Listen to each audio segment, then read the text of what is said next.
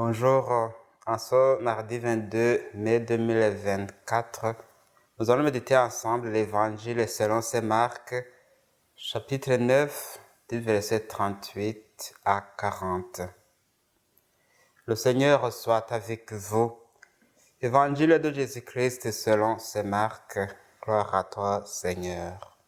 Jésus, le roi des rois, c'est Jésus, le bon pasteur. Alléluia, Alléluia,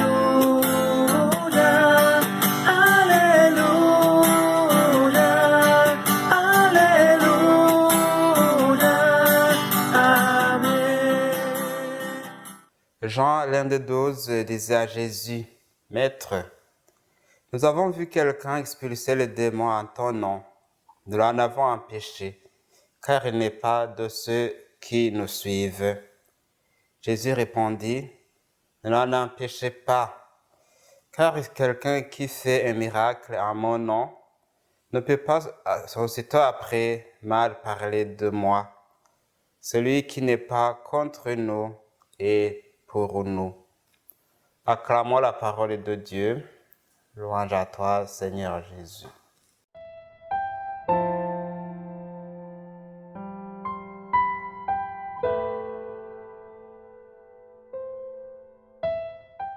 Maître, nous avons vu quelqu'un expulser les démons en ton nom. Nous l'en avons empêché, car il n'est pas de ceux qui nous suivent. Nous comprenons qu'une telle réaction vient du fait que Jésus avait donné à ses disciples le pouvoir de chasser les démons. D'abord aux 12 puis aux 72 disciples avant leur envoi en mission. De retour, ils étaient fiers d'avoir accompli des miracles en son nom. Mais quelle surprise, en passant, ils voient quelqu'un étranger au groupe des disciples chasser les démons au nom de leur maître, ce qui leur paraît inacceptable. Indignés, ils viennent tout de suite le dénoncer chez Jésus, leur maître, comme si cette personne n'avait pas le droit de chasser les démons en son nom, et de fait, comme s'il avait usurpé ce pouvoir. Curieusement, Jésus voit les choses autrement. Ses pensées ne sont pas celles des hommes, mais celles de Dieu. Selon le cœur de Jésus, toute personne qui agit en son nom, fût-il en chassant les démons, fait partie de ceux qui croient en lui. Il reconnaît sa puissance divine. Il invoque son nom parce qu'il avait vu en lui l'autorité qui vient de Dieu. Après, il aura la joie d'annoncer au monde les merveilles que Jésus-Christ aura accomplies. En effet, Jésus est venu en ce monde pour que les humains croient en lui. Parmi les signes qui distingueront les croyants, Jésus disait qu'ils parleront en langue, ils expulseront les démons, guériront les malades. Ainsi, quiconque met sa confiance en Jésus-Christ bénéficie des dons et des pouvoirs destinés à ceux qui lui obéissent.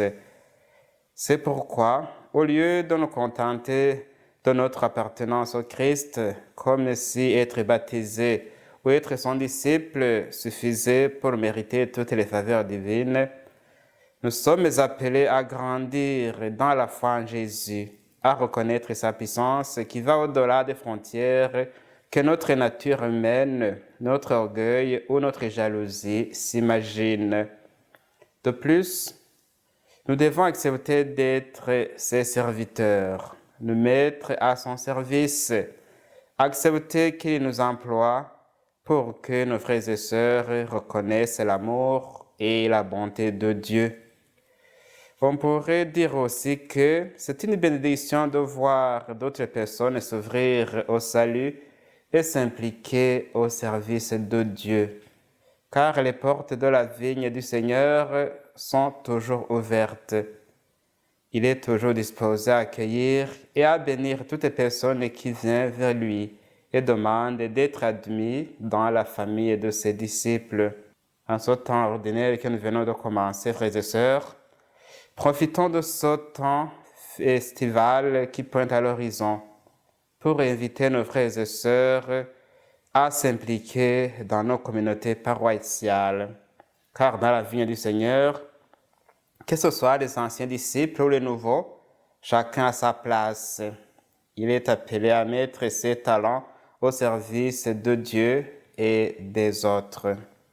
Alors, s'il y a des vocations qui s'annoncent chez nous, essayons de les encourager, de les soutenir, de les orienter vers Jésus-Christ, au lieu de les empêcher de grandir et de s'épanouir.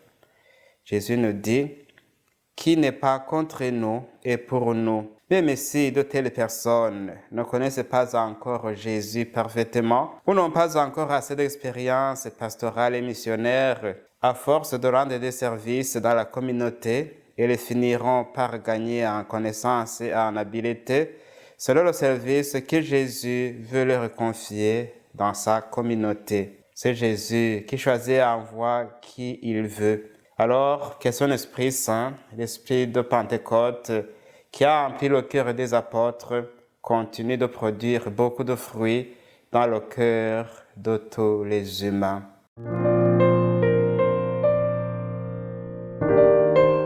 Demandons maintenant à Dieu de nous bénir. Le Seigneur soit avec vous.